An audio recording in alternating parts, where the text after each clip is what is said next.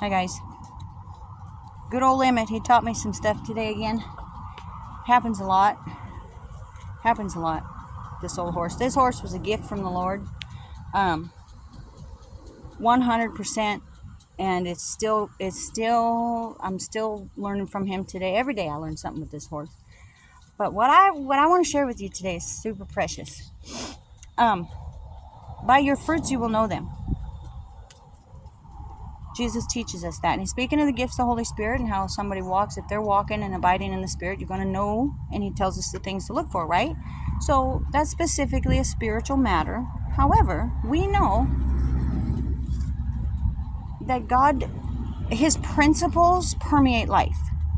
So by their fruits you will know them is something you can use everywhere. And I just learned this on my horse. Because I'm going to show you something. If I go over there, see, he saw me moving. He's so relaxed and comfortable. And he was that way from the moment I tied him up and started brushing him up to get going today. That's what a horse should be. So that in and of itself is no big deal, except that this horse he's been uncomfortable. And so it's not uncommon. He's kind of a grumpy old man too. It's not uncommon for him to get a little scrunchy. He pin his ears and wrinkle his nose when I go to saddle him and stuff. Maybe he's not very obliging when I go to bridle him. You don't want to open his mouth. I mean, he has his little protests in little spots. So the fruit that I'm looking at is how comfortable and relaxed this horse is. When I bridled him today, he just opened it, put his head down real low and opened his mouth. And so the fruits that Emmett is showing me tell me that the work that I'm doing is right. There's a number of other things we could get into about how he's moving, and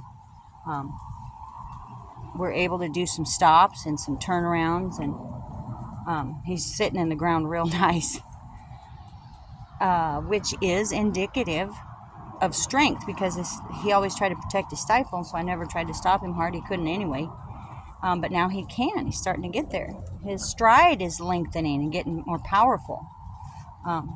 Because he just protected himself for so long, he'd just kind of creep along and wouldn't stride out well. So I really have to pump him to try to, lengthen that joint out. So there's fruits, there's evidence everywhere I look on this horse. When he's out in the pen playing by himself, he'll lope across the pen and actually stride out normal instead of bunny hopping behind. And so, what a joy. So my thought on horsemanship was, your horse will tell you the kind of work that you're doing. When you get results like that are consistent, he just stays in this frame of mind now. I had to work on something specific with him today. He's a little tight on that right side, which is a whole nother story because it never used to be that. So that means we're working through some other things, which now that's the hardest thing for him. That's actually an improvement, because before it was other things. We couldn't even get to that. But even in doing that today, I had to slow down, break everything down, simple little steps, and show him how to do it right. And so he did. And he's super happy. He's licking and chewing a whole bunch. And this horse has always been real tight-lipped. And so if you know horses, you know what I'm talking about. If you don't, you can ask me and I'll explain it. So these are all fruits.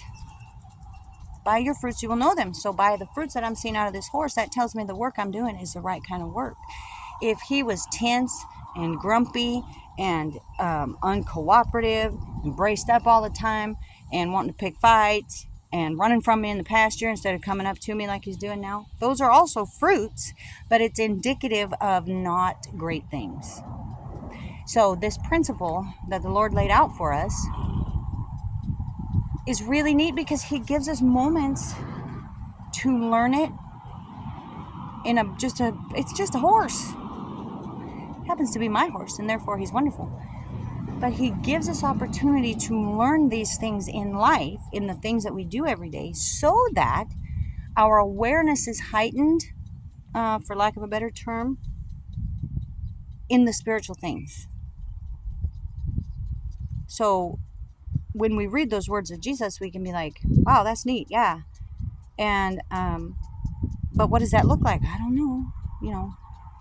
Well, now we have a tangible life application for those things. And so once you train your brain to recognize it there, then it starts to flow into our spiritual life, and it'll flow into your parenting and your marriage and your work relationships and road rage, and I mean, you name it. Isn't that neat?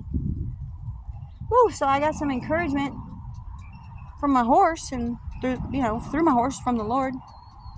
But just the beauty of how the principles of God, we don't have to keep them in a box. Don't do that. You just short yourself. Oh my gosh, he's laying his head. Oh, he moved. You can't see. Laying his head on the board. Don't short yourself by keeping it in a church box or a spiritual box, because we're spiritual beings. It affects everything, every portion of our life. And so what a joy. What a neat little thing. No, by their fruits you will know them. And that doesn't just apply to the Holy Spirit. That's everywhere in life. So you want to see fruits of the Holy Spirit in everything that you do. And I submit to you that we have a little bit of that today with this happy horse. That's my encouragement for today.